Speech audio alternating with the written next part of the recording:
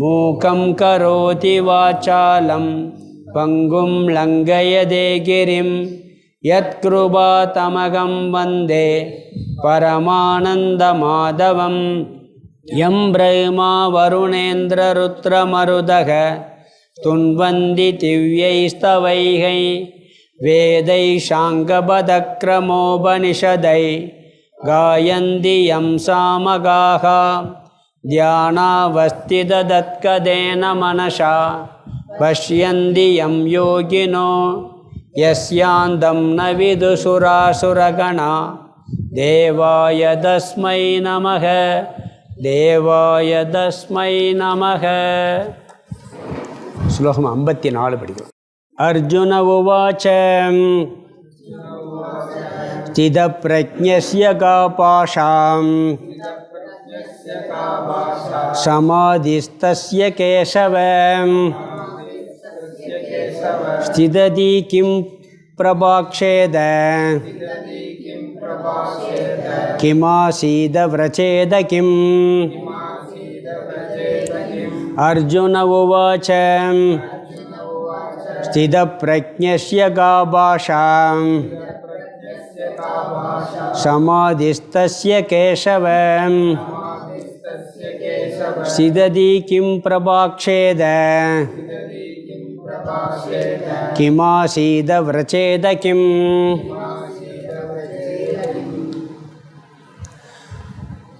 பகவத்கீதை 2வது அத்தியாயம் சாங்கிய யோகம். இந்த சாங்கிய யோகம்னா ஞான யோகம்னு அர்த்தம், ஆத்ம தத்துவத்தை பற்றிய கருத்துன்னு அர்த்தம். ஆரம்பத்தில் ஆத்ம தத்துவத்தை அழகாக சொன்னார். ஆத்மாவோ அனாத்மா ரெண்டையும் அழகாக சொல்லி பிறகு கர்மயோக தத்துவத்தையும் சொன்னார். கர்மயோகம், அதனுடைய பலன், அதை எப்படியெல்லாம் பண்ணுறது எல்லாத்தையுமே நம்ம விரிவாக பார்த்துட்டோம். கர்மயோகத்தின் பெருமை, லட்சணம் எல்லாம் சொல்லி கடைசியாக இந்த கர்மயோகம் எப்பொழுது நிறைவு பெறும் என்ற கருத்தை பார்த்தோம் போன கிளாஸில். கர்மயோகம் எப்பொழுது நிறைவு பெறும்? கர்மயோக பாவனையோடைய வருஷம் பூரா செஞ்சுக்கிட்டு இருக்கதா நம்மளுடைய சாதனைகளை. செயலில் மாற்றம் இருக்காது, பாவனையிலே மாற்றம் இருக்கும். கர்மயோகத்துக்கு முன்னாடியும் அதே செயல், கர்மயோகத்துலேயும் அதே செயல், ஞானம் வந்த பிறகு அதே செயல்தான். ஆனால் கர்மயோகம் பாவனை வருவதற்கு முன்பாடி வேறு பாவனை, பிறகு கர்மயோகம். ஞானம் வந்த பிறகு அதனுடைய பாவனை மாறும். இது எப்பொழுது கர்மயோக பாவனை மாறும்னு சொன்னால், அதாவது கர்மயோகத்தில் ஹையஸ்ட்டாக கிடைக்கிற பலன், நிறையா பலன் சொன்னார். இறுதியான பலன் விவேகம் அண்ட் வைராக்கியம். எந்த விவேகம்? நித்திய அனித்திய வஸ்து விவேகம் வரணும். இந்த உலகமெல்லாம் நிலையற்றது அப்படிங்கிற அறிவு தெளிவாக இருக்கணும். நிலையானதை பற்றி அறிவு தெளிவாக இருக்கணுங்கிறது அவசியம் இல்லை. ஏதோ ஒன்று இருக்குது தெரிஞ்சுனா அது ஞானி ஆயிடுவானே. நிலையானது ஆத்மா, அதை போய் தெரிஞ்சுக்கிட்டான்னு வச்சுங்களேன், பிரம்மந்தான் நிலையானதுன்னு தெரிஞ்சுக்கிட்டா ஞானி ஆயிடுவான். ஆனால் நிலையற்றதுங்கிறத தெளிவாக தெரிஞ்சுக்கிடுவான். அப்போ இதுக்கு ஏதோ ஒரு தத்துவம், ஏதோ கடவுள்னோட வச்சுக்கிடுவோமே, அவர் தான் நிலையானவர், அதை அடையணும் அப்படிங்கிற அறிவு எப்போ வருதோ அந்த விவேகம். பிறகு வைராக்கியம். வைராக்கியம்னா என்னன்னு சொன்னால், அனுபவித்ததிலும் அனுபவிக்க போவதிலும் வைராக்கியம் இருக்கணும். கேட்டதிலும் கேட்க போவதிலும் வைராக்கியம் இருக்கணும். சில பேருக்கு அனுபவித்ததில் வைராக்கியம் வந்துடும். ஒன்று அனுபவிக்கலைன்னா அதை நோக்கி ஓடிக்கிட்டே இருப்பாங்க, அந்த சிந்தனை மனசில் ஓடிக்கிட்டே இருக்கும். அப்படி இல்லை, நீ உனக்கு இந்த இது நீ அனித்தியம்னு புரிஞ்சுக்கிருச்சுன்னா சொர்க்கத்தை பற்றி நிறைய ஒருத்தர் அழகாக சொல்லிக்கிட்டே இருக்கார். அதை அடையணுங்கிற புத்தியே உனக்கு வராது. ஏன்னா இது அதுவும் அப்படித்தான் அப்படிங்கிற அறிவு அவனுக்கு தெளிவாக இருக்கும். அதனால் அனுபவித்த விஷயங்களில் மட்டும் இல்லை, அனுபவிக்க போகிற விஷயத்தை நிறைய கேட்குறான். கேட்டதிலும் கேட்க போவதிலும் சொல்கிறார். யாராவது புதுசாக என்ன பெருமையாக சொன்னாலும் இது அனித்தியங்கிற புத்தி இருக்கும், அதில் வைராக்கியம் வந்துடும், வேணாங்கிற எண்ணம் வந்துடும். இது ரெண்டும் கர்மயோகத்தில் நம்மளுக்கு நிறைவு பெறும் சொன்னார். அதாவது இந்த வைராக்கியம் கிடையாது, சுடுகாட்டு வைராக்கியம் மாதிரி கிடையாது. இது கடைசியாக இருக்கக்கூடிய வைராக்கியம். திருக்குறளில் ஒரு குறள் இருக்கு, நெருநல் உளனொருவன் இன்றில்லை என்னும் பெருமை உடைத்து உலகு. இதை புரிஞ்சுக்கிட்டவன் இந்த உலகத்தினுடைய பெருமை என்ன தெரியுமா? நேற்று இருந்தவன் இன்னைக்கு இல்லைங்கிற பெருமை உடையதான், அது பெருமைன்னு சொல்கிறாரு. நம்ம சிறுமைன்னு நினச்சிக்கிட்டு இருக்கோம். வள்ளுவர் என்ன சொல்கிற, நிலையாமைங்கிற அதிகாரத்திலே சொல்கிறார். அதை நெருநல் உளனொருவன் இன்று இல்லை என்னும் பெருமை உடைத்து உலகுங்கிறார். அது உலகுக்கே பெருமையா. ஏன் தெரியுமா? இருந்தாலும் நம்ம உட்கார இடம் இருக்காது. தாத்தாவுடைய அப்பா இருந்தாலே வீட்டை சகிக்க முடியல. இப்போ 4 தடவை வீட்டில் உட்காந்துட்டாங்கன்னு வச்சுங்களேன், என்ன பண்ணுவீங்க? இருக்க முடியாது. அதில் பெருமை உடைத்து இவ்வுலகுன்ட்டார். அதை புரிஞ்சுக்கிட்டவன் அப்படிங்கிறார். பிறகு எவ்வளோ வைராக்கியங்கிறது சொல்கிறாரு. தலைப்பட்டார் தீர துறந்தார், மயங்கி வளைப்பட்டார் மற்றையவர். அதாவது கம்ப்ளீட்டாக கேட்டதிலும் கேட்க போவதிலும் சொல்லியிருக்காங்க. எல்லாத்தையுமே இவ்வளோதான் புரிஞ்சுக்கிட்டு விளையிட்டாங்க. மனசுனால் விவகாரத்தில் சில விஷயங்களுக்கு நம்ம இருந்து ஆகணும். ஆனால் ஆள் மனசில் அதில் பற்று இல்லாமல் இருக்கிறது. எல்லாத்துலேயும் பற்று கிடையாது. தலைப்பட்டார் தீர துறந்தார், மயங்கி வளைப்பட்டார் மற்றையவர். இந்த குறளுக்கு அர்த்தம் கேட்டதிலும் கேட்க போவதிலும் வைராக்கியத்தை அடைந்தவன் அர்த்தம். அப்படியே பார்த்தீங்கன்னா திருக்குறள் கரெக்டாக வராது. இப்படி வைராக்கியத்தை அடைந்தவன், விவேகத்தை அடைந்தவன். இது கர்மயோகத்தினுடைய பலன். முடிஞ்சு ஞான யோகத்துக்குள்ளே பிரவேசம் பண்ணுறான். ஞான யோகம் எப்பொழுது நிறைவு வரும் அப்படிங்கிற கருத்து வருது.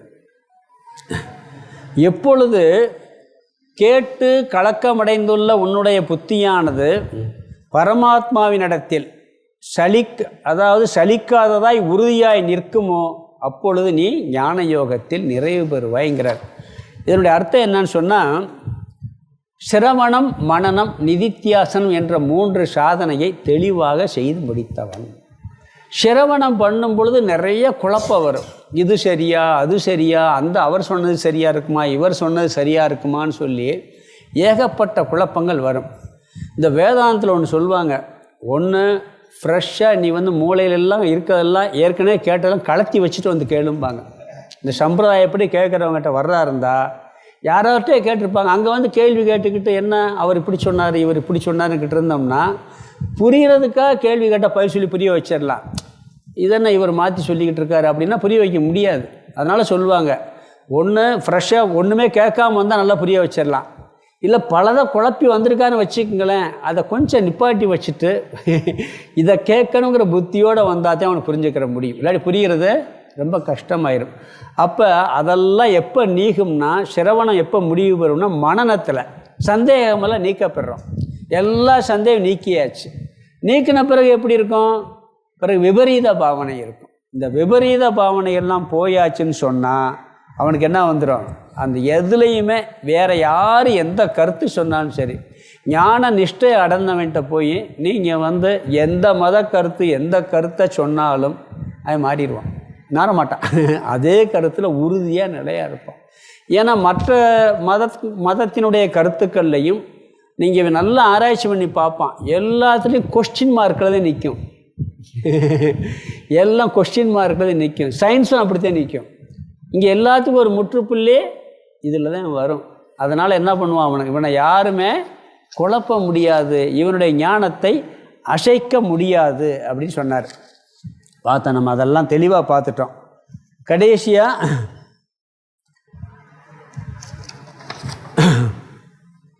அதாவது இது கூட ஒரு குறள் சொல்லலாம்.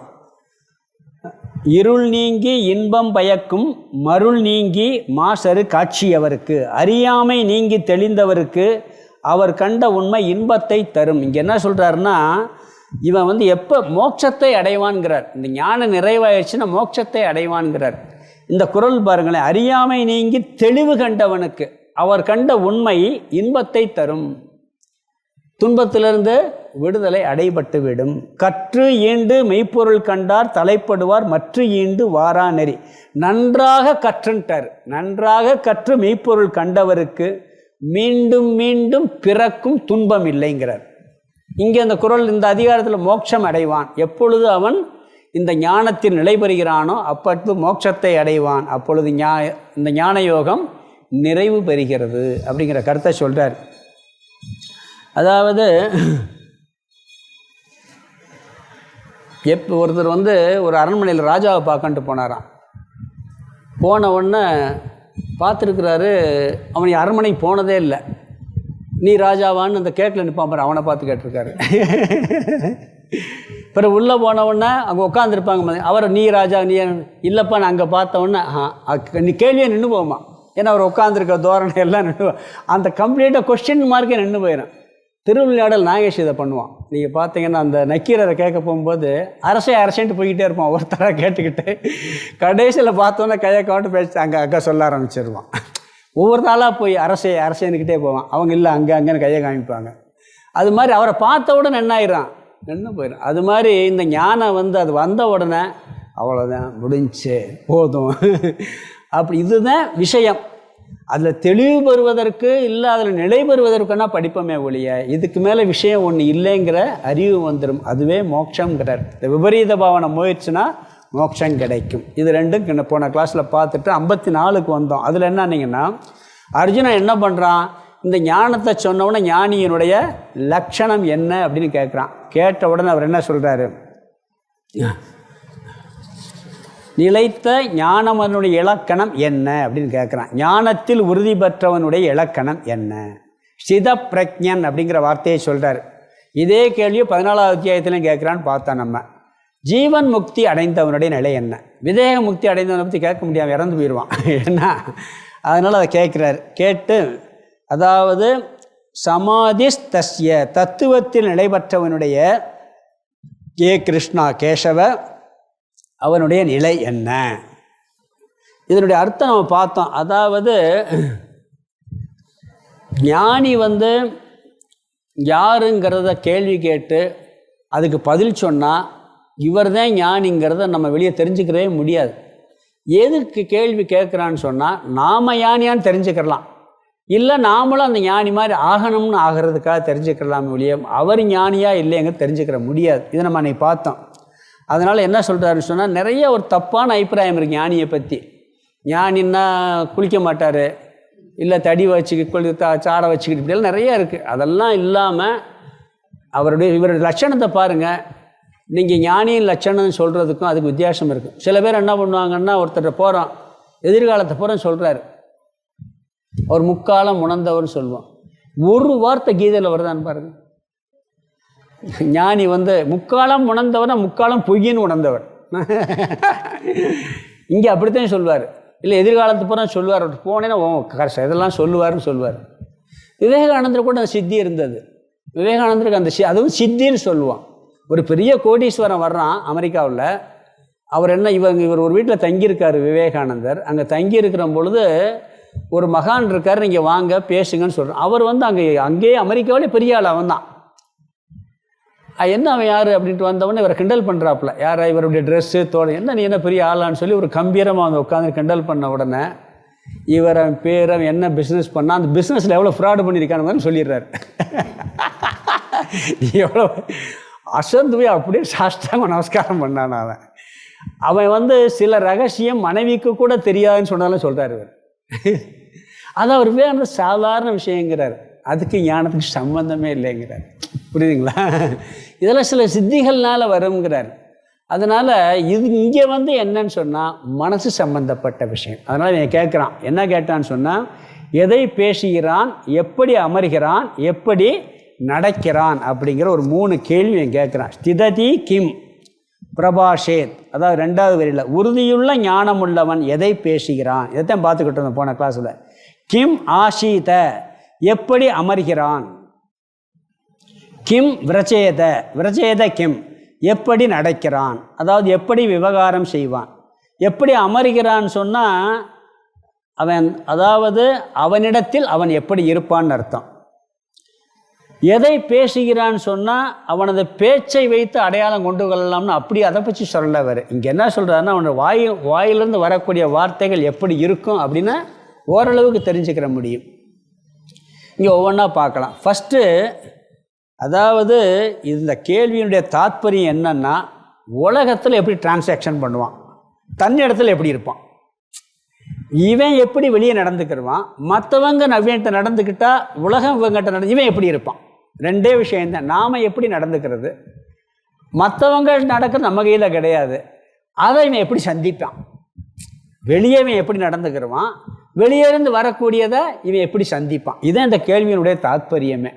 எப்படி அமர்வான், எப்படி பேசுவான், எப்படி நடக்கிறான்னா இதனுடைய தாத்பரியம் எப்படி அமர்கிறான்ங்கிறது இவனிடத்தில் இவன் எப்படி இருந்துக்கிறான்னு சொல்லி, எப்படி நடக்கிறான், எப்படி பேசி வெளியே எப்படி டிரான்சாக்ஷன் பண்ணுவாங்கிற கருத்து வருது. இதில் எப்படி அமர்கிறான்னு கேள்வி கேட்குறான். அவர் பத்மாசனத்தில் உட்காந்து பெரிய பீடத்தில் உட்காந்துருந்தா தான் ஞானின்னு சொல்கிறதா? சுகாசனத்தில் அமர்வாரா, வஜ்ராசனத்தில் அமர்ந்திருப்பாரா, இப்படியெல்லாம் நிறைய பேர் சொல்லலாம். இங்கே என்ன சொல்கிறாருன்னா, அவன் உலகில் எப்படிப்பட்ட மனநிலையில் இருப்பான். சில பேருக்கு பார்த்தீங்கன்னா யாருமே வரலன்னா பெரிய துக்கமாயிரும். தனியாக இருக்கும்போது உட்காந்துருப்பான். ஒருத்தரோட பேசுகிற காலையில் என்ன பண்ணுவான், அப்படியே போர் அடித்து போயிடும். ஒரு அம்மா சொல்லிச்சான், அமெரிக்காவுக்கு போயிட்டு வந்து அங்கே பேச்சு துணைக்கே ஆள் இல்லை. அதுக்கு அர்த்தம் என்னென்னா சண்டை போட ஆள் இல்லைன்னு அர்த்தம். வீட்டில் பேரன் பேத்தி பிள்ளைகளோட சண்டை போடலாம், அங்கே எல்லாம் போயிருங்க, ஆஃபீஸ் போயிருங்க சொன்னார். இதில் இங்கே நோக்கம் வந்து என்னன்னா, தானும் ஞானியாக வேண்டும், இதை தெரிஞ்சுக்கிட்டால் நம்மளுடைய மனசு எப்படி இருக்குன்னு பார்க்கலாங்கிறதுக்காக இவன் கேள்வி கேட்குறான். இவர் என்ன சொல்ல போகிறாருன்னா, இங்கே ஞானியின் லட்சணத்தை மட்டும் சொல்லலை, ஒரு 3 ஸ்லோகத்தில் ஞானியின் லட்சணத்தை சொல்லிவிட்டு இவன் கேட்ட நோக்கம் வந்து தானும் ஞானியான்னு பார்க்குறான், இல்லாட்டி ஞானத்தை அடையணும்னு நினைக்கிறான்னு சொல்லி அந்த ஞானி ஆகுவதற்கு சாதனை என்னன்னு சொல்ல போகிறார். இவன் கேட்காத கேள்விக்கும் இந்த அடுத்து வரக்கூடிய சுலோகங்களை ஒரு பதில் சொல்ல போகிறாரு. சரி, இதில் இன்னொரு கேள்வி என்னன்னு சொன்னீங்கன்னா, அதாவது ஒரு ஞானம் வந்தாச்சு, இந்த உலகமே மித்தியா பொய்ன்னு தெரிஞ்சுக்கிட்டான். எப்படி இப்போ இந்த உலகத்தில் அவன் டிரான்சாக்ஷன் பண்ண முடியும்? ஒரு விவகாரம் எல்லாம் பொய்யின்ன பிறகு எப்படி டிரான்சாக்ஷன் பண்ண முடியும்? அதனால தான் இங்கே போகிறதெல்லாம் தடுக்கிறது. போனீங்கன்னா எல்லாம் பொய்ன்னு தெரிஞ்சுட்டு வீட்டுக்கு வரமாட்டேங்கன்னு சொல்லி. அதெல்லாம் முடியுமா? நல்லா புரிஞ்சுக்கிட்டால் நல்லா விவகாரம் பண்ணுவான். உண்மையிலேயே தத்துவத்தை நல்லா புரிஞ்சுக்கிட்டான்னா நல்லா விவகாரம் பண்ணுவான், தெளிவாக விவகாரம் பண்ணுவான். அதனால் கிம் பிரச்சயத்தை, எப்படி நடப்பான். சன்னியாசிகளே இருக்காங்க, நல்லா தத்துவம் புரிஞ்சவங்க இருக்காங்க. சிருங்கேரி மடமெல்லாம் இருக்குது. அவங்கெல்லாம் பார்த்திங்கன்னா வித்யாரண்ய மகாசாமியின் பரம்பரையில் வந்தவங்க. அவ்வளோ சாஸ்திரம்லாம் சொல்கிறாங்க, எவ்வளோ பெரிய நிர்வாகத்தை பார்த்துக்கிட்டு இருக்காங்க. நம்மளுக்கு கொஞ்சம் தான் விவகாரம், சாமியாருக்கு ஏகப்பட்ட விவகாரம் இருக்குது. இப்போ திருவேடம் காலேஜெல்லாம் எடுத்துக்கிட்டேன்னா அவ்வளோ இன்ஸ்டியூஷன் இருக்குது. ராமகிருஷ்ண மடம் எடுத்துக்கிட்டேன்னா வேர்ல்டு ஃபுல்லாக இருக்குது, ஒரே ஹெட்டு தான். ஆனால் அவங்களுக்கு என்னென்னா இருக்குது, அவ்வளோதான். விவகாரம் எல்லாம் பண்ணுவாங்க, ஆனால் அவங்களுக்கு அதில் எந்த விதமான துக்கம் வர்றதே இல்லை. அதே முக்கியம். அதாவது பிராரப்தம் முடிகிறது வரைக்கும் இந்த உலகத்தில் இருக்கணும். அப்போ அவன் எப்படி செயல்படுவான் அப்படிங்கிறத கேள்வி. அதனால் இதுக்கு பதில் வந்து அடுத்த ஸ்லோகத்தில் சொல்ல போகிறார். இங்கே 3 கேள்வி கேட்டிருக்கான். ஒன்று, இவன் டிரான்சாக்ஷன், இவன் எப்படி இருப்பான், இவன்கிட்ட மற்றவங்க விவகாரம் பண்ணும்போது இவன் எப்படி மற்றவங்ககிட்ட டிரான்சாக்ஷன் பண்ணுவான். அதுதான் இந்த சுலோகத்தினுடைய சாரம். சுலோகத்துக்கு அர்த்தத்தை பார்க்கலாம். அர்ஜுன உவாச்ச சிதப்பிரஜ்ஞஸ்ய காபாஷா.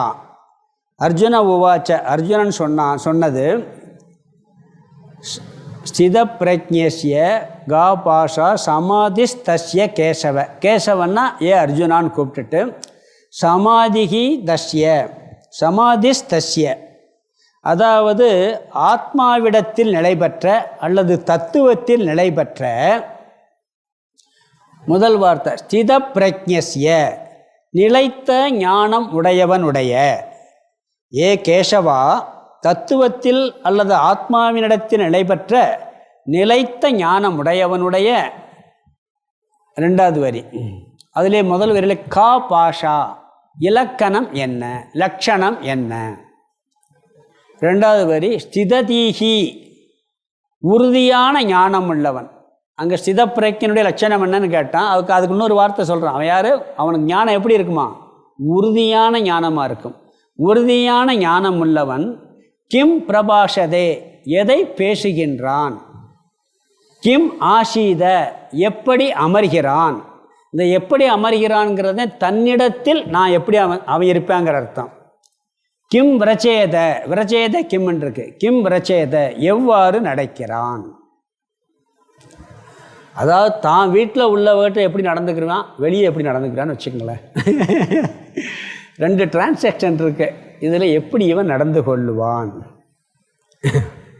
அதாவது தான் மகள்கிட்ட எப்படி நடந்துக்கிறது, மருமகள்கிட்ட எப்படி நடந்துக்கிறது வச்சுக்கலாமா? அப்படியே உதாரணம் தான். இல்லாட்டி மகனிடம் எப்படி நடக்கிறது, மருமகன்கிட்ட எப்படி, ஏன்னா அது வெளியேருந்து வந்தது, இது இங்கே இருக்கிறது. இந்த 2 டிரான்சாக்ஷன் நம்மகிட்ட இருக்குது. நம்ம மனசுக்குள்ளே ஒரு டிரான்சாக்ஷன் இருக்குது. அவங்க நம்மகிட்ட ரியாக்ட் பண்ணும்போது, உலகம் நம்மகிட்ட பிரச்சனைகளை கொண்டு வரும் பொழுது, நாம் வெளியே பிரச்சனைகளை கொண்டு போகும்போது, இந்த 2 தான் விஷயம். இதை அடுத்த ஸ்லோகத்தில் விளக்குறாரு. 55, 56, 57 3 ஸ்லோகத்தில் ஞானியின் லட்சணத்தை சொல்லிவிட்டு பிறகு என்ன பண்ணுறாருன்னா ஞானத்துக்கு உண்டான சாதனைகளை சொல்ல போகிறார். இது ஒரு முக்கியமான ஸ்லோகம். இந்த 55, 56, 57 55 தான் பேசிக்கு. இதனுடைய விளக்கமாக 56, 57 வரும். பிறகு இதுக்குண்டான சாதனைகளை சொல்லுவார். ஸ்லோகம் 55 படிக்கலாம். ஸ்ரீ பகவானுவாச்ச பிரஜகாதீயதா காமான் சர்வான் பார்த்தமனோகதான் ஆத்மன் ஏவாத்மனா துஷ்டக ஸ்தித பிரஜ்ஞஸ்ததோச்யதே. ஸ்ரீ பகவானுவாச்ச பிரஜகாதீயதா காமான் சர்வான் பார்த்தமனோகதான் ஆத்மன் ஏவாத்மனா துஷ்டக ஸ்தித பிரஜ்ஞஸ்ததோச்யதே.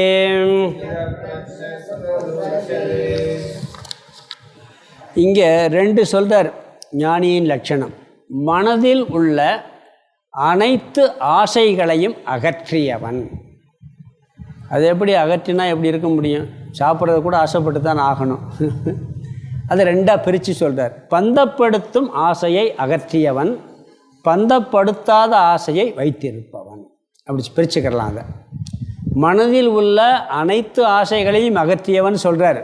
அதனுடைய தாத்பரியம் என்னன்னா, இந்த பிராரப்த கர்மம் முடிகிற வரைக்கும் சில ஆசைகள் இருக்கும். அது பந்தப்படுத்தாத ஆசைகளாக இருந்தால் தப்பில்லை. ஆனால் பந்தப்படுத்தக்கூடிய ஆசை எந்த ஆசையாக இருந்தாலும் அவை அனைத்தையும் விட்டவன். முதல் லட்சணம். விளக்க 2ஆவது பார்க்கலாம். பிறகு அவன் மன நிறைவுடன் இருப்பவன். அவனுடைய மனசு எப்பொழுதுமே குறைவில்லாமல் நிறைவோடு இருக்கும். அதற்கு காரணம் என்னன்னா அவனே தானா. அந்த நிறைவுக்கு காரணம் வெளிப்பொருள்கள் அல்ல. வெளிப்பொருள்கள் எதிர்பார்த்தா கிடைக்கலன்னா குறை வந்துடும். இவனுடைய நிறைவுக்கு இவன் வெளியே எதையும் சார்ந்து இல்லாமல் இருப்பதால் அவன் எப்பொழுதும் மனநிறைவோடு இருப்பான். அர்ஜுன கேள்வி என்னன்னா, ஞானியை எப்படி அடையாளம் காண்பது? ஞானி என்பவன் யார்? இங்கே சொல்கிற லட்சணத்தை பார்த்தா இது 2மே மனசு சம்பந்தப்பட்ட விஷயம். அப்போ யார் ஞானின்னு கண்டுபிடிக்க முடியுமா அப்படின்னு கேட்டால் பொதுவாக முடியாது. ஆனால் ஒருத்தர் முடியும்னு சொல்கிறார். ஒரு விளக்காசிரியர் கட்டாயம் முடியும் அப்படிங்கிறார்.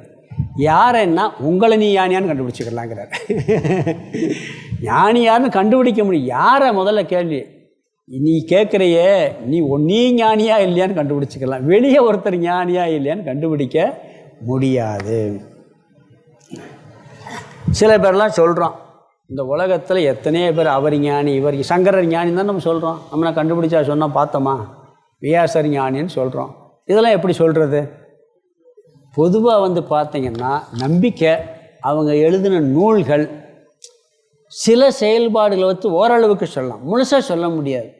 அவங்க எழுதின நூல்களை வச்சு அவங்க தத்துவத்தெல்லாம் படித்து அவங்க எழுதின நூல்கள் நம்மளுக்கு விளக்காசிரியர்கள் சொல்லும் பொழுது அவங்க எப்படி இப்படி எழுதியிருக்க முடியும் அப்படின்னு ஓரளவுக்கு நாம் கண்டுபிடிக்க முடியுமே வெளியே முழுவதுமாக அறிய முடியாது.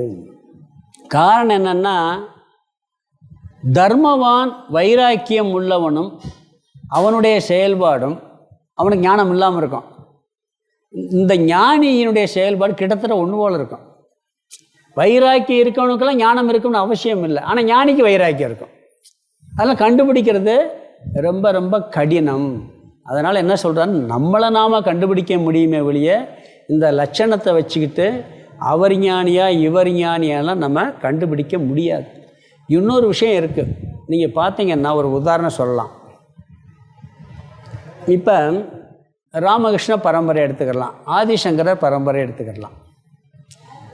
அதில் விவேகானந்தர் ஞானிங்கிறோம், ராமகிருஷ்ணர் பரமஹம்சர் ஞானிங்கிறோம். இன்றைக்கி அதில் வந்து எத்தனையோ பேர் ஞானியாக இருக்கலாம். விவேகானந்தர் மாதிரி இன்றைக்கி ஆயிரக்கணக்கான சன்னியாசி, ஒரு லைஃப் ஸ்டைல் அவரை மாதிரி ஒரு ஆள் இருக்குமா? அதே தத்துவத்தை கடைப்பிடிக்கிறாங்க, லைஃப் ஸ்டைலு கம்ப்ளீட்டாக மாறிடும். ஆதிசங்கரர் மாதிரி ஒரு லைஃப் ஸ்டைலில் இருக்கிறாங்களா? சரி, அதுக்கு பிறகு வித்யாரண்யர் அவர் லைஃப் ஸ்டைல் யாராவது இருக்காங்களா? இதுக்கு முன்னாடி ஒரு 4 தலைமுறைக்கு உள்ள ஒரு சன்னியாசி அவர் லைஃப் ஸ்டைல் மற்றவங்களுக்கு இருக்கா? லைஃப் ஸ்டைலில் எல்லாம் மாறுது. அவரை மாதிரி இவர் இருக்கிறதே கிடையாது. ஆனால் தத்துவம், அப்போ வெளியே நடத்தையை வச்சு நீங்கள் எப்படி கண்டுபிடிப்பீங்க? கஷ்டமா இல்லையா? ஆள் மனது, ஏன்னா விவகாரம் ஒவ்வொருத்தருக்கும் ஒவ்வொரு டிரான்சாக்ஷன் இருக்குது, வெவ்வேறு விவகாரம் இருக்குது. அதில் இவனுடைய ஆள் மனசில் இவன் எப்படி இருப்பாங்கிறதையும் பார்க்க முடியுமே ஒழிய மனசை பார்க்க முடியாது. பார்த்தா விவேக் மாதிரி அவஸ்தைப்படணும். ஒரு சினிமா படத்தில் ஒரு படத்தில் அந்த வரத்தை வாங்கிடுவான் ஒரு முனிவர்கிட்ட இருந்து. இதெல்லாம் சித்தி. அதே இது இன்னொன்று பண்ணுவார். யார்? ரஜினிகாந்த் சந்திரமுகியில். அவர் சைக்காட்ரிஸ்ட்டு. அவர் அவஸ்தைப்பட மாட்டார். பக்குவம் இருந்து தெரிஞ்சுக்கிட்டால் துக்கம் வராது, இல்லாட்டி நம்மளுக்கு தான் துக்கம் வரும். இது நம்ம மனசை நாம் தெரிஞ்சுக்கிறது தான், மனது சம்பந்தப்பட்டது. அதனால் மற்றவர்கள் ஞானியா இல்லையான்னு கண்டுபிடிக்க முடியாது, நம்மளை கண்டுபிடிக்கத்தான் சொல்கிறார். முதல் வரியில் பார்த்தீங்கன்னா, பிரஜஹாதி யதா காமான் சர்வான் பார்த்த மனோகதான், எப்பொழுது மனதில் குடிகொண்டுள்ள அனைத்து ஆசைகளையும் விட்டு விடுகின்றானோ, மனதில் உள்ள அனைத்து ஆசைகளையும் நீக்கியவன் ஃபஸ்ட்டு லட்சணம் சொல்கிறார். அதாவது ஒருத்தனுடைய மனசில் ஆசை இருக்கா இல்லையான்னு நீங்கள் எப்படி கண்டுபிடிப்பீங்க? நம்ம மனசில் இருக்க ஆசையே நம்மளுக்கு தெரியறதில்ல. ஒரு ஆசை இருக்க, அதை கண்டுபிடிக்கிறதே கஷ்டமாக இருக்குது. இன்னொருத்தன் மனசில் கண்டுபிடிக்க முடியுமா? நிச்சயம் கண்டுபிடிக்க முடியாது, அதை அனுபவிக்கவும் முடியாது. ஓரளவுக்கு செயல்பாடுகளை வச்சு சொல்லலாம். அது வந்து உண்மையாக இருக்கலாம், பொய்யாக இருக்கலாம். எத்தனை பேர் வெளியே நல்லவனாக நடிச்சுட்டு உள்ளே கெட்டவனாக இருக்காங்க, அதை வச்சு நம்ம கண்டுபிடிக்கவே முடியாது. அவர் வார்த்தைகள் சில பேர் வந்து கோவப்படாமல் அமைதியாக இருப்பார், ஆனால் சில இடத்துல பார்த்தீங்கன்னா பயங்கர கோவம் வரும். கோவம் வர்றதை வச்சு ஞானி இல்லைன்னு சொல்லிட முடியாது. அடுத்து ஒரு லட்சணம் சொல்கிறாரு, கோவப்படாமல் இருப்பான்லாம் சொல்கிறாரு. அது எந்த இடத்துல எப்படிங்கிறதையும் பார்க்கணும். ஓரளவுக்கு யூகம் பண்ணலாமே ஒழிய அதுக்கு மேலே நம்ம இதை கண்டுபிடிக்க முடியாது. ஏன்னா சில பேர் வெளியே அன்பாக பேசுவான், நல்லா பேசுவான், ரொம்ப அப்படியே நல்ல மாதிரி இருப்பான், ஆனால் உள்ளே போய் பார்த்தீங்கன்னா எல்லாம் இருக்கும். அதனால தான் வள்ளலார் கூட பகவான்கிட்ட கேட்டார், அடுத்த மனசை கண்டுபிடிக்க முடியாதுன்னு தான் அவர் பிரார்த்தனை வச்சார். உள்ளொன்று வைத்து புறமொன்று பேசுவார், உறவு கலவாமை வேண்டும்னு கேட்டார் கடவுள்கிட்ட. ஏன்னா அதை கண்டுபிடிச்சி பார்க்க முடியாது. அவன் நல்லவனாக கொஞ்ச நாள் பழகுனாத்தேன்னு தெரியும். அதனால் பிரார்த்தனையை வச்சிட்டார், நீ அப்படிப்பட்டவங்ககிட்ட நீ சேர்த்து விடாதப்பா அப்படிங்கிறார் அவர். உள்ளொன்று வைத்து புறமொன்று பேசுவார், உறவு கலவாமை வேண்டும்னு சொன்னார் அவர். சில பேருக்கு உள் மனசில் அன்பு இருக்கும், வெளியே வந்து முரட்டுத்தனமாக கோபமாக இருப்பாங்க, பார்க்கலாம். அதெல்லாம் வச்சு நம்ம சில பேர் வெளியே அருணையாக இருப்பான், உள்ளுக்குள்ளே அப்படியே கருகி கேட்டிருப்பான். இதெல்லாம் அதனால் மன சம்பந்தப்பட்ட விஷயமா இருக்கிறதுனால இது வெளியே கண்டுபிடிக்க முடியாது. சில பேர் நடந்துக்கிறத வச்சு யூகம் பண்ணலாம், அந்த யூகம் சரியாகவும் இருக்கலாம், தப்பாகவும் இருக்கலாம். அதனால் மற்றவர்கள் மனதை அறிய முடியாது. நம் மனதில் உள்ள ஆசை தான் நம்மளுக்கு தெரியும் எப்படியெல்லாம் இருக்குன்னு. அதுக்காக என்ன சொல்கிறாருன்னா, நம்ம மனசை செக் பண்ணுறதற்காக சொல்கிறார். இதை பிரித்து பார்ப்போம், எப்படின்னு பார்க்கலாம். இப்போ சில பேர் பாருங்கள், நீங்கள் ஒரு ஆள் புதுசாக பழகுறீங்க, அவர் சபரிமலை சீசன் மாலை போட்டிருக்கார், புரியுங்களா? அவரோட அப்போ தான் பழகுறீங்க. ஸ்மோக் பண்ண மாட்டார், என்வி சாப்பிட மாட்டார், ட்ரிங்க்ஸ் சாப்பிட மாட்டார், ரொம்ப சுத்தமாக இருக்கார், நல்லா இருக்கார். மழை போயிட்டு இறங்கினவொடனே திவர் மலை ஏறிடுவார் பிறகு. அப்போ என்ன பண்ண முடியும்? ஒரு சினிமாவே இருக்குது, ஏதோ ஒரு பழைய படம் பார்த்து, கார்த்திக் நினைக்கிறேன், மாலை திருடன் ஜெயிலேருந்து வந்து மாலை போட்டுருவான், கல்யாணம் முடிச்சிருவான், முடிச்ச பிறகு பார்த்தா மோசமாக இருப்பான். அப்போ இதெல்லாம் கண்டுபிடிக்க முடியாது. அப்போ நம்ம மனசில் இருக்கிறத சொல்ல முடியுங்கிறார். சரி, இந்த ஆசைகளை எப்படி பிரிக்கலான்னு சொல்கிறாருன்னா, 2ஆக பிரிக்கலான்னு சொல்கிறார். அதாவது பந்தப்படுத்தும் ஆசை, பந்தப்படுத்தாத ஆசையும் பிரிக்கலாங்க. இதுக்கு முன்னாடி இன்னொரு கருத்து சொல்கிறேன். எப்படின்னா, அதாவது நாம் மகான்களுடைய சரித்திரத்தை படிக்கிறோம், பல நூறு ஆண்டுகளுக்கு முன்பு அல்ல 1000 ஆண்டு படிக்கிறோம். அவங்கெல்லாம் நாம் என்ன பண்ணுறோம், அவங்க எழுதிய நூலை வச்சுத்தான் அவங்கெல்லாம் வந்து ஞானின்னு நாம் சொல்கிறோம், அதை நம்புகிறோம். இப்போயும் கூட சில பேர் பேசுகிறது அவங்க நடவடிக்கையை வச்சு நாம் ஞானின்னு நம்புகிறோம். ஆனால் அவர் ஞானியாக இல்லைன்னு உண்மையிலே நம்மளால் கண்டுபிடிக்க முடியாது. ஓரளவுக்கு நம்ம அந்த நம்பிக்கையில் தப்பு கிடையாது. அவர் நல்லா நடந்துக்கிட்டு இருக்காரு, அவருடைய உபதேசம் கேட்க நம்மளுக்கு பிரயோஜனமாக இருக்குது. அதனால் அந்த நம்பிக்கையில் நம்ம குறை ஒன்றும் கிடையாது, அது தப்புன்னு சொல்ல முடியாது. ஏன்னா நம்மளுக்கு பயன்படுது அது. அதனால் அந்த நம்பிக்கையும் வைக்கலாம். ஏன்னா அந்த உபதேசமெல்லாம் நம்மளை நல்வழிப்படுத்துகின்றது. பிறகு இன்னொரு கேள்வி இருக்குது. எப்படின்னா, யாரையும் பார்த்து ஒருத்தட்ட போகிறோம், ஒரு கிளாஸ் கேட்குறோம், இல்லை ஒரு பெரிய மகானை முதல்ல சந்திக்கிறேன், சாமி நீங்கள் நான் ஞானியா ஞானி இல்லையா?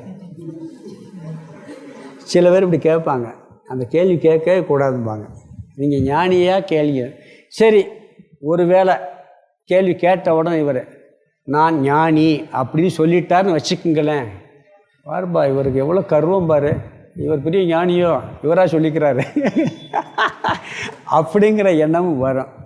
இல்லை அவர் நல்லா சொல்லிக்கிட்டு இருக்காரு, இல்லைப்பா நான் ஞானி இல்லைன்னா இவர் சொல்கிற ஞானத்தில் இவருக்கே நம்பிக்கை இல்லை, இவரே ஞானின்னு சொல்ல அப்படின்னு தோணும். அப்போ என்ன பண்ணுறது? அதனால் அவர் எந்த பதிலும் சொல்ல முடியாது. கேட்டால் அவர் என்ன பண்ணுவார், உனக்கு இப்போ என்ன வேணும், அது பிரச்சனை இல்லைன்றவர். நான் ஞானியா ஞானி இல்லையாங்கிறது உனக்கு தேவையில்லை, அது பிறகு இருக்கட்டும், உனக்கு என்ன வேணும் அதை கேளுன்னு முறையாக பதில் சொல்லணும். நாமளும் கேட்கக்கூடாது, கேட்டாலும் அதே பதிலே ஒழிய. சில பேருக்கு ஞானம் இருக்க நிஷ்டை இருக்காது, தெளிவு இருக்கும், இருந்தாலும் கூட நிஷ்டை இருக்காது. அதனால் அதில் வந்து அந்த மாதிரி விஷயங்களில் அவருக்கும் பதில் சொல்ல சிரமம் இருக்கும். நாமளும் அந்த நம்மளுக்கு அவர்கிட்ட என்ன தெரிஞ்சுக்கிறோம், அவ்வளோதான் விஷயமே ஒழிய. நம்பிக்கை இருந்தால் என்கிட்ட வா, நான் சொல்கிறத கேளு, இல்லாட்டி இவாட்டு போயிட்டே இருந்துருவார். அவர் ஞானிலாம் சொல்ல மாட்டேன்னு சொல்கிறாங்க. அதனால் என்ன சொல்கிறாருன்னா, இந்த உடலில் உயிர் இருக்க வரைக்கும் எல்லாத்துக்கும் ஆசைகள் இருக்குது. இந்த உடலை காப்பாற்ற வேண்டிய சில விஷயங்கள் இருக்குது. ஞானிக்கு இருக்குது, அஞ்ஞானிக்கு இருக்குது, ரெண்டு பேருக்கு இருக்கும். ஞானிக்கு இந்த உடல் தர்மம் பிராரப்த கர்மம் இருக்க வரைக்கும் இந்த உடலை காப்பாற்றணும், அதுக்கு சில ஆசைகள்லாம் வச்சுருப்பார் உங்களுக்கு. அதனால் என்ன பண்ணுறாருன்னா, இந்த அனைத்து ஆசைகளையும் அயற்றியவன் நீங்கள் சொல்லும்போது விளக்காசை எப்படி பிரிக்கிறாங்கன்னு சொன்னால், பந்தப்படுத்துகின்ற அனைத்து ஆசைகளையும் அகற்றியவன் அப்படிங்கிற வார்த்தையை சொல்கிறாங்க.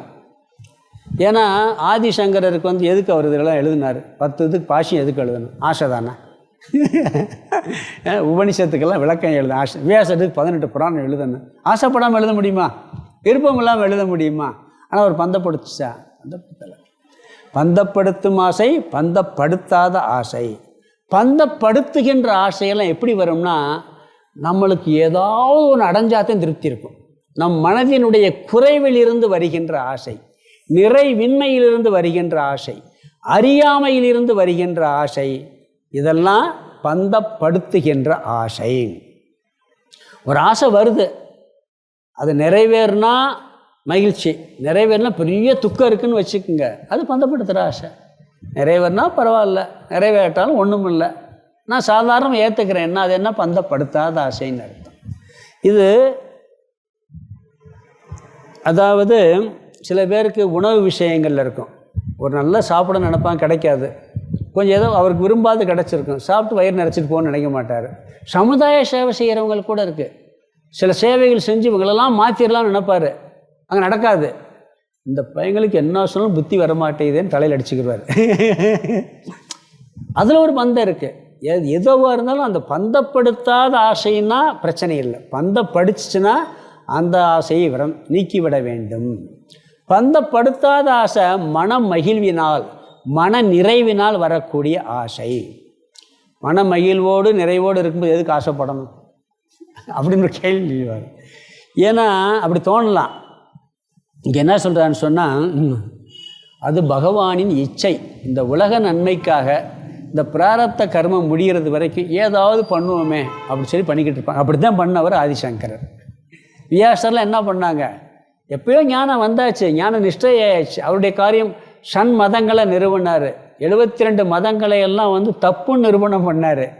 பிறகு அத்வைதத்தை நிலைநாட்டினார், 10 உபனிஷத்துக்கு பாஷ்யம் எழுதினார், பிரஸ்தான திரியத்துக்கு பிறகு விளக்கம் எழுதினார், 33 வயசுக்குள்ள எல்லாத்தையும் முடிச்சிட்டார். அவருக்கு உயிர் வாழணும்னு ஆசையும் இல்லை, உயிரை விட்டு போகணுங்கிற ஆசையும் இல்லை. எதுனாலும் ஓகே, இருக்க வரைக்கும் இருப்போம், அவ்வளோதான், ஏதோ ஒன்று பண்ணிக்கிட்டு இருப்போம். இது பந்தப்படுதாத ஆசை. ஒருவேளை எழுதி முடிக்காமல் போயிருந்தான்னு வச்சுக்கோங்க, கஷ்டப்பட்டுருப்பாரா? ஒன்றும் கஷ்டப்பட்டுருக்கவே மாட்டார். அவங்களுக்கு அதை போய் துக்கமே கிடையாது. இந்த உலகம் உடலில் இருக்கிறது வரைக்கும் ஏதாவது பண்ணணுங்கிறதுக்காக பண்ணிக்கிட்டு இருக்காங்க அப்படின்னு சொல்கிறார். ஆனால் வெளி உலகத்தில் இந்த ஞானி மற்ற மனிதர்களைப் போல் சாதாரணமாக தான் இருப்பான். அவனொன்றும் வித்தியாசம் தெரியாது. அசாதாரணமாக நினைப்பாங்க. இவனும் தூங்குற நேரம் தூங்குவான். ஒருத்தர் கேட்டாங்களாம், நீங்கள் என்ன பண்ணிக்கிட்டு இருக்கீங்கன்னு கேட்டாராம். தூங்குற நேரம் தூங்குறேன், படிக்கிற நேரம் படிக்கிறேன், சாப்பிட்ற நேரம் சாப்பிட்றேன். இதுதான் பெரிய விஷயங்கிறாங்க. நம்ம சாப்பிட்ற நேரம் சாப்பிட்றோமா? நல்லா யோசிச்சு பாருங்கள். தூங்குற நேரம் தூங்குறோமா? பெரும்பாலும் கிடையாது. 9 மணி தூங்கணும்னா ஒரு நல்ல சினிமா வந்துருச்சுன்னா 1 மணி ஆயிரும். சாப்பிட்றோம், ஃப்ரெஷ்ஷாக சாப்பிடுவான், அந்த டயத்துக்கு சாப்பிட மாட்டான். வேறு ஏதாவது விவகாரம் வந்தால் லேட்டாக சாப்பிடுவான். எதை சாப்பிடணுமோ அதை சாப்பிட மாட்டான். சாதாரணமாக இருப்பாங்கிறாங்க. எல்லாம் எப்போ எதை பண்ணணுமோ அதை பண்ணிக்கிட்டு இருப்பான். அப்படிங்கிறது தான் ஞானியனுடைய லட்சணம். வியாசரே 18 புராணம் எழுதினார். ஜனகர் அரசாண்டாரா இல்லையா? எவ்வளோ பெரிய ஒரு பொறுப்பு. அவற்றை எத்தனை சாமியார் படிக்கிறாங்க, படிச்சுட்டு போனாங்க. ஜனகர் எவ்வளோ உபதேசம் பண்ணியிருக்காரு, பண்ணாங்களா இல்லையா? ஜனகர் எல்லாரும் ஞானி, அரசாட்சி பண்ணிக்கிட்டு இருக்கார், ராஜ்யத்தை ஆள்றார். ஆனால் அவர்கிட்ட படித்தவங்க எவ்வளோ பேர் இருக்காங்க. சுகரை போய் நீ அவர்கிட்ட போய் படிச்சுட்டு வான்னு அனுப்புகிறார் வியாசர். ஜனகர்கிட்ட போய் படிச்சுட்டு வாங்கிறார். அப்போ இதெல்லாம் எப்படின்னு சொன்னால் அவங்க அப்போ என்னன்னா இந்த ஆசை எதுவுமே பந்தப்படுத்தாமல் வச்சுக்கிட்டாங்க. விவகாரத்துக்கு இருக்கார், அவ்வளவுதான். ஹரிச்சந்திரன் கூட பார்த்தீங்கன்னா அந்த நாட்டை கேட்கும்போது நாட்டியக்காரி கொடுக்க மாட்டான், வாக்கவே மீறுவான், அது தப்புன்னு சொல்லிடுவான். ஆனால் இவர் கேட்பார், விஸ்வாமித்திரரை கேட்டோன்னு நீங்கள் சன்னியாசியா நல்லா ஆளுவீங்கன்னு கொடுத்து போயிடுவான். ஏன்னா பட்டில் நல்லா பண்ண முடியுன்னே கொடுத்துட்டு போயிடுவான். அப்போ அது பந்தப்படுத்தாத ஆசை. அப்படி இருக்கிறது இவனுடைய இதுன்னு சொல்கிறார். சரி, எல்லா ஆசையும் போயிடுச்சு. இப்போ இன்னொரு விஷயம் கூட சொல்லலாம். சித்பவானந்தர் இந்த காலேஜெல்லாம் கட்டியிருந்தார். அவ்வளோ காலேஜ், ஸ்கூல் எல்லாம் இருக்கும். ஒரு வார்த்தை சொன்னார், எல்லாம் எழுத்து மூட்டு நான் மட்டும் போயிட்டே இருப்பேன். எனக்கு அதில் ஒன்றா விவகாரம் நல்லா இருக்குன்னு பண்ணுறேன். இந்த பையங்க சேட்டை பண்ணும்போது இருந்தென்ன இல்லாட்டி என்ன பூரா மூட்டிட்டு போயிடுவேன். ஏன்னா அந்த கல்லூரிகளோ அந்த ஸ்தாபனங்களோ ஒரு பந்தப்படு ஏதோ நல்ல காரியம் பண்ணுறேன், அவ்வளோதானே ஒழிய இதெல்லாம் பந்தப்படுத்தாத ஆசையாக வச்சுக்கிட்டால் தப்பு இல்லை. நாமளும் விவகாரத்தில் எவ்வளோ வேணாலும் பண்ணலாம். அது இல்லை அப்படின்னா நம்மளுக்கு துக்கம் வரக்கூடாது. வந்துச்சுன்னா பந்தத்தில் அதில் உட்காந்துருக்கோம்னு அர்த்தம். கொஞ்ச நேரம் இருக்கும், எதுவுமே கொஞ்ச நேரம் இருக்கும். வீட்டிலே ஒரு பெரிய துக்கம் வருது, அழுகாமல் இருப்போமா? ஆனால் வாழ்க்கை பூரா அழுதுகிட்டு அதவே நினச்சிக்கிட்டு துக்கப்படக்கூடாது. அது கொஞ்ச நேரம் இருக்கும், போயிடும். அந்த மாதிரி இருந்தால் தப்பு கிடையாது. ஆனால் எப்பொழுதுமே இருந்தால் அது நம்மளை பந்தப்படுத்துகின்ற ஆசை. ஞானி எப்படி இருப்பான்? பந்தப்படுத்துகின்ற ஆசைகள் அனைத்தையும் துறந்தவன். எல்லா ஆசையும் போயிடுச்சுன்னா எப்படிப்பா சந்தோஷமாக இருப்பான்னா அடுத்த வரியில் சொல்கிறார். அடுத்த பண்பு ஆத்மன்யே வாத்மனா துஷ்டக. 2வது வரியில் சொல்கிறார், ஆத்மன்யே வாத்மனா துஷ்டக, தன்னிடத்திலேயே தான் மகிழ்ச்சியை அடைந்துள்ளான். உயிர் வாழ்வதற்கும் பொருள் தேவை, சந்தோஷமாக இருக்கிறதுக்கும் பொருள் தேவை. ஆனால் உண்மையிலேயே உயிர் வாழத்தான் பொருள் தேவையே ஒழிய சந்தோஷமாக இருக்க பொருள் தேவை இல்லை. உயிர் வாழ பொருள் தேவை, சந்தோஷமாக இருக்க பொருள் தேவை இல்லை. பொருள் ஏற்கனவே இந்த விஷயத்தை நிறைய விளக்கியிருக்கேன். பொருள் சந்தோஷத்தை கொடுக்குது மேலோட்டமாக பார்த்தா. ஆழமாக ஆராய்ச்சி பண்ணி பார்த்தா நம்மகிட்ட இருக்க சந்தோஷத்தை அந்த பொருளை ஏற்றிட்டே அனுபவிக்கிறோம். உண்மை அதுதான். நம்ம ஒரு ஸ்வீட் கொடுக்குறாங்க, நம்ம சாப்பிட்றோம், அதில் சுகம் இருக்குது இல்லைன்னு சொல்ல முடியாது. நம்ம அதே ஸ்வீட்டை காய்ச்சலாக இருக்கும்போது கொடுத்தா சாப்பிடுவோமா? இனிக்கத்தானே செய்து வாயில் போட வேண்டியது தானே. ஏன் இங்கே சரியில்லை, இங்கே சரி இருந்தால் தான் அது இனிக்குது, இங்கே சரியில்லாட்டி இனிக்காது. சரி, உடம்பு சரியில்லை, பெரிய சோகம். அப்படியே என்னால் பயங்கரமான ஒரு சோகத்தில் இருக்கேன், ஒரு தவிர்க்க முடியாத சோகத்தில். இந்த அல்வா நல்லா இருக்கும், திருநெல்வேலி இருட்டுக்கடை அல்வா அப்படின்னு கொடுத்தா வாங்குவீங்களா? இனிக்குமா வாயில் போட்டா? அப்போ ஏன் அந்த சுகத்தை கொடுக்கல? பொருள் சுகத்தை கொடுத்தா எல்லா நேரமும் கொடுக்கணும். இன்னொன்று எல்லாத்துக்கும் கொடுக்கணும். ஒரு உயிருக்கு அது சுகத்தை கொடுக்குது, இன்னொரு உயிருக்கு இப்போ எறும்பு மாடெல்லாம் இருக்குது. நீங்கள் குளிப்பாட்டி கொண்டு போய் ஏசி ரூமில் பட்டு மெத்தையில் படுக்க வைத்தா சுகமாக இருக்கும். அதுக்கு எவ்வளோ துக்கமாக இருக்குன்னு தெரியுமா? அதை விட கொடுமை அதுக்கு எதுவுமே இல்லை. அது அந்த தண்ணியில் சாக்கடையில் அதில் படுத்தாது அதுக்கு சுகமாக இருக்குது. ஏன்னா அதனுடைய யோனி தர்மம் அப்படி இருக்குது. அதை அனுபவித்து பழகிருக்கு. நாம் எதில் மனசை செலுத்துகிறோமோ அதுதான் நம்ம சுகத்தை கொடுக்கும். இது சுகம் கொடுக்கும்னா கொடுக்கும், கொடுக்காதுன்னா கொடுக்காது. உலகம் உங்களுக்கு ஒரு ஃப்ரெண்ட்ஸே இருப்பான், அவன் வந்தால் சில பேருக்கு நல்ல நன்மையாக இருக்குது, சந்தோஷம் குஷியாக இருப்பானுங்க. இன்னொருத்தனுக்கு அவன் வந்தாலும் எரிச்சப்படுவான். இருக்கா இல்லையா? உயிர்கள்லேயும் அப்படித்தான் இருக்குது. அப்போ சுகம் பொருளில் கிடையாது. நாம் மனசை வச்சுக்கிட்டால் எந்த பொருளையும் சுகம் அனுபவிக்க முடியும். இல்லை அந்த பொருள் இல்லாட்டாலும் இருக்கு. காரணம் என்ன? என்னுடைய சொரூபம் ஆனந்தம்.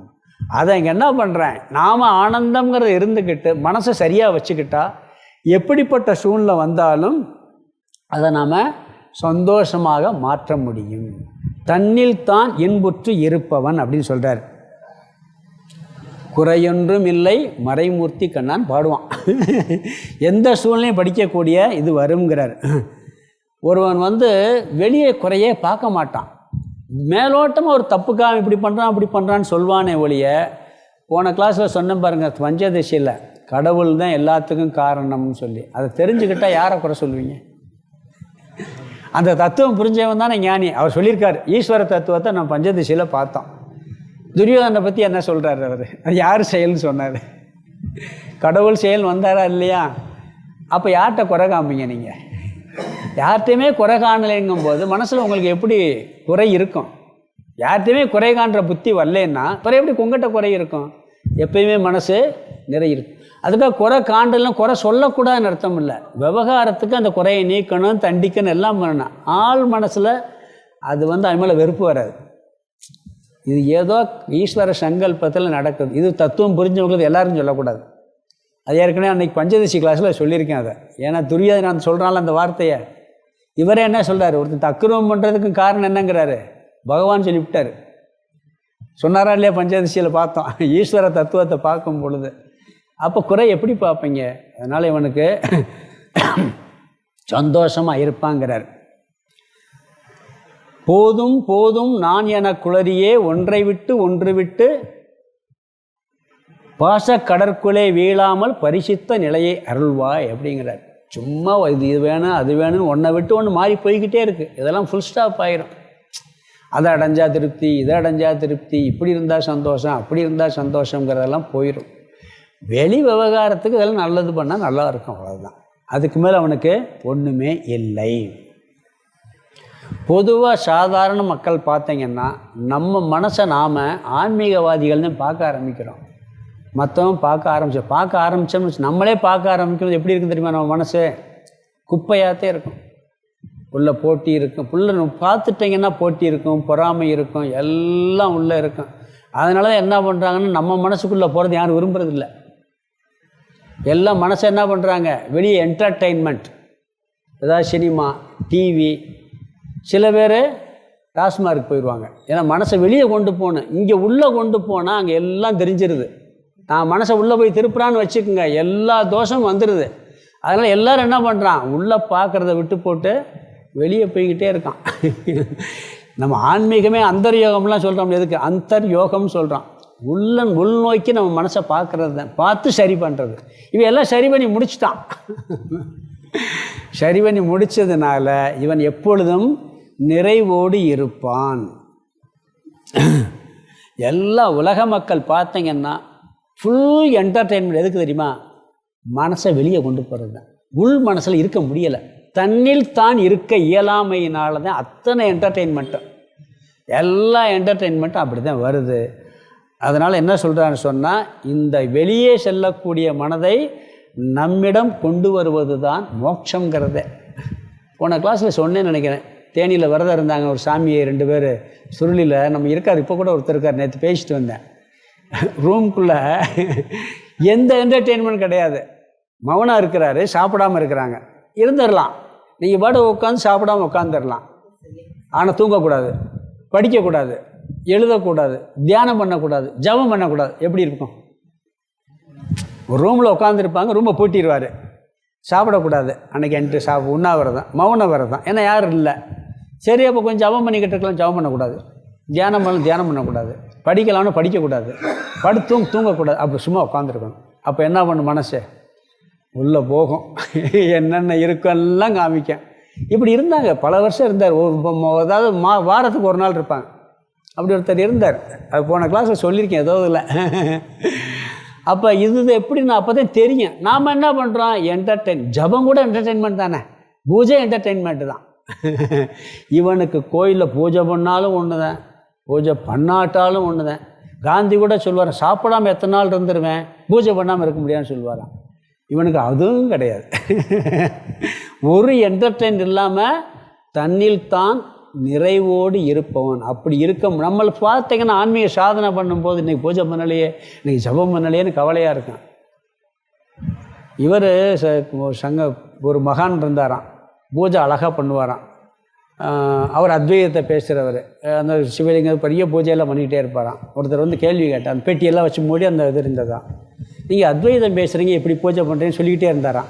கால் விரலில் அந்த சிவன் இருக்க பெட்டியை தூக்கி வச்சாராம். அவனுக்கு புரிஞ்சு வச்சான், விவகாரத்துக்கு பண்ணுறாரு.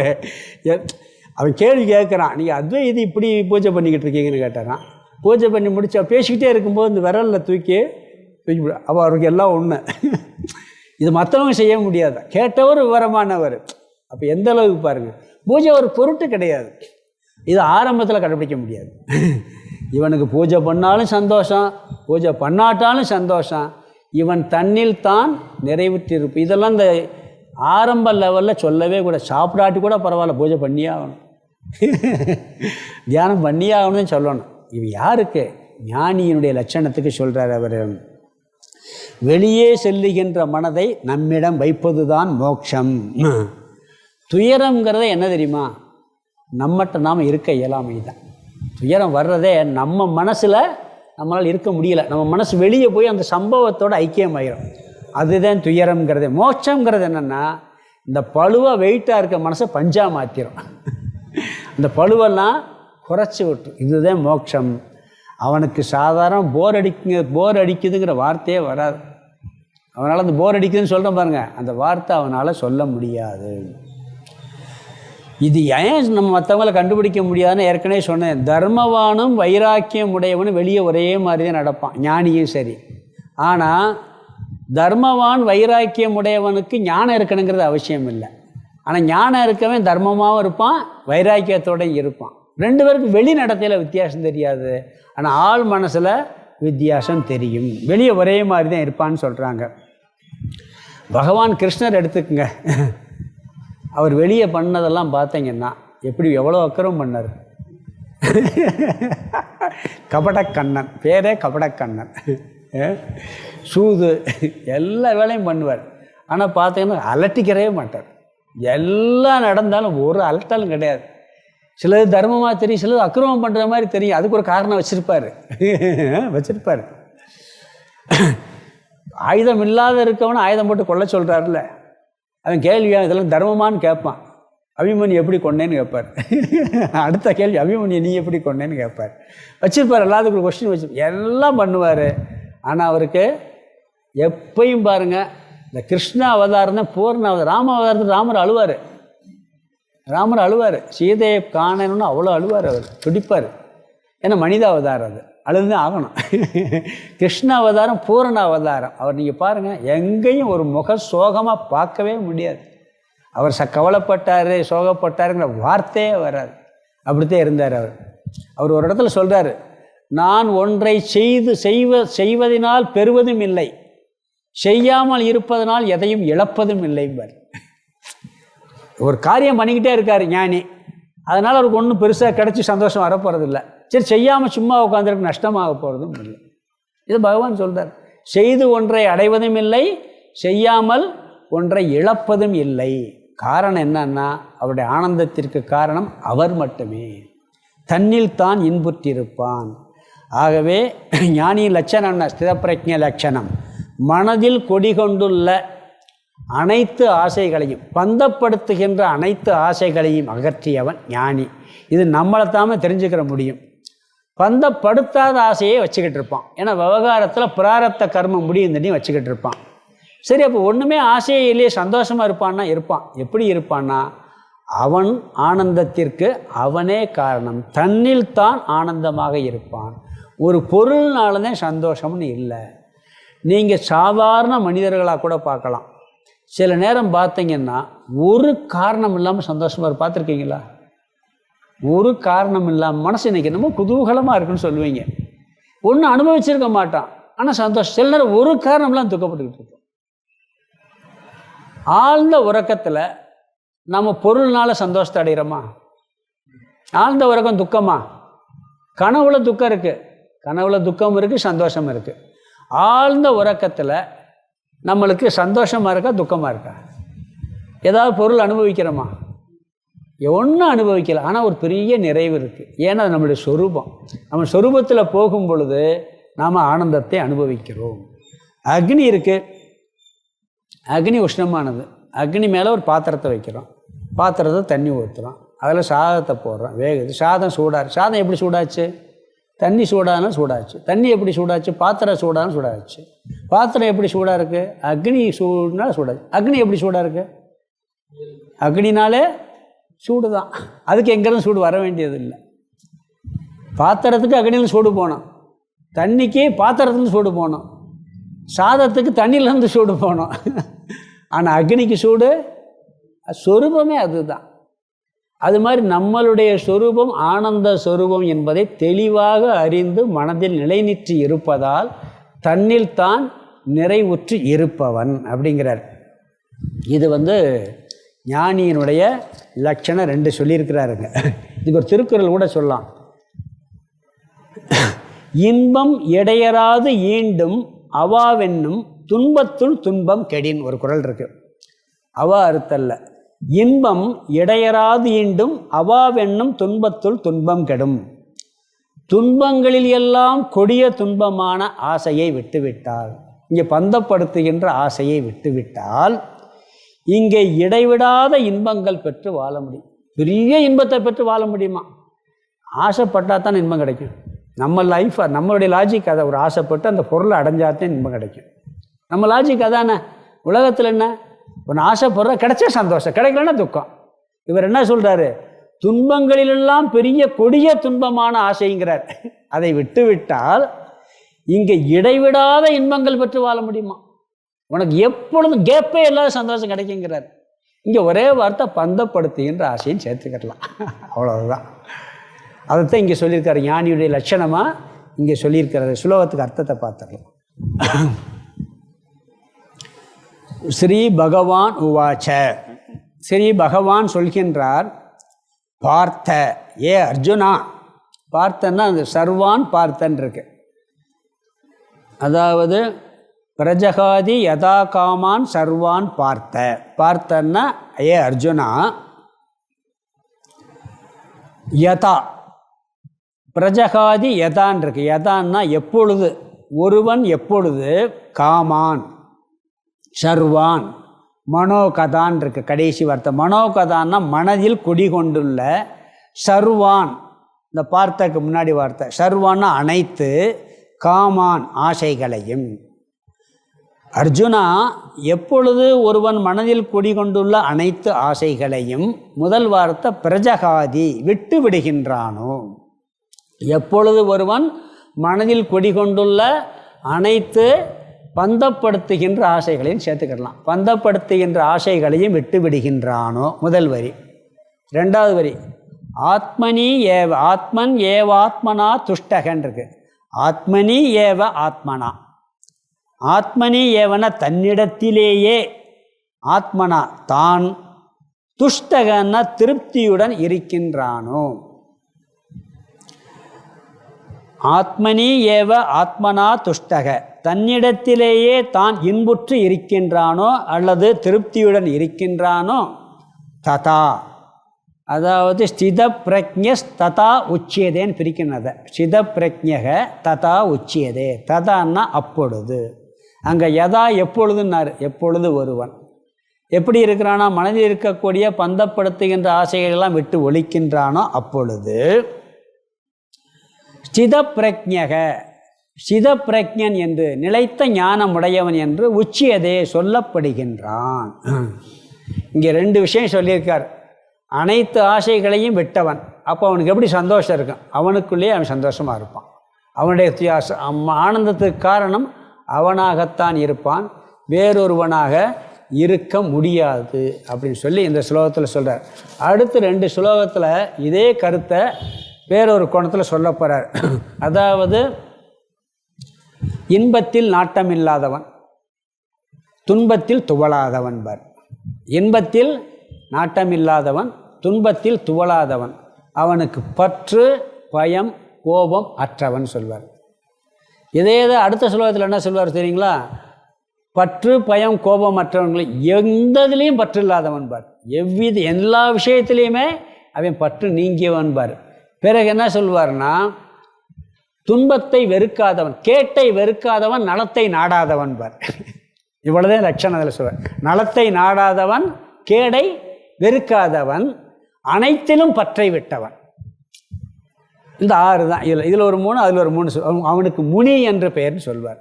இந்த 6ஐயும் அடுத்த 2 ஸ்லோகத்தில் சொல்ல போகிறார். என்னென்ன சொல்ல போகிறார்னு சொன்னால், இன்பத்தில் நாட்டம் இல்லாதவன் பார். அடுத்த ஸ்லோகத்தில் நலத்தை விரும்பாதவன், நலத்தை விரும்புகிறவன், நலத்தில் நாட்டம் இல்லாதவன், துன்பத்தில் துவளாதவன் பார். கேட்டையும் வெறுக்காதவன், கேடு வருது அதை வெறுக்கிறது, வெறுப்பு வர்றதில்லை. பிறகு இங்கே பற்று பயம் கோபம் அற்றவன் பார். அடுத்த ஸ்லோகத்தில் அனைத்து பற்றையும் விட்டவன் பார்.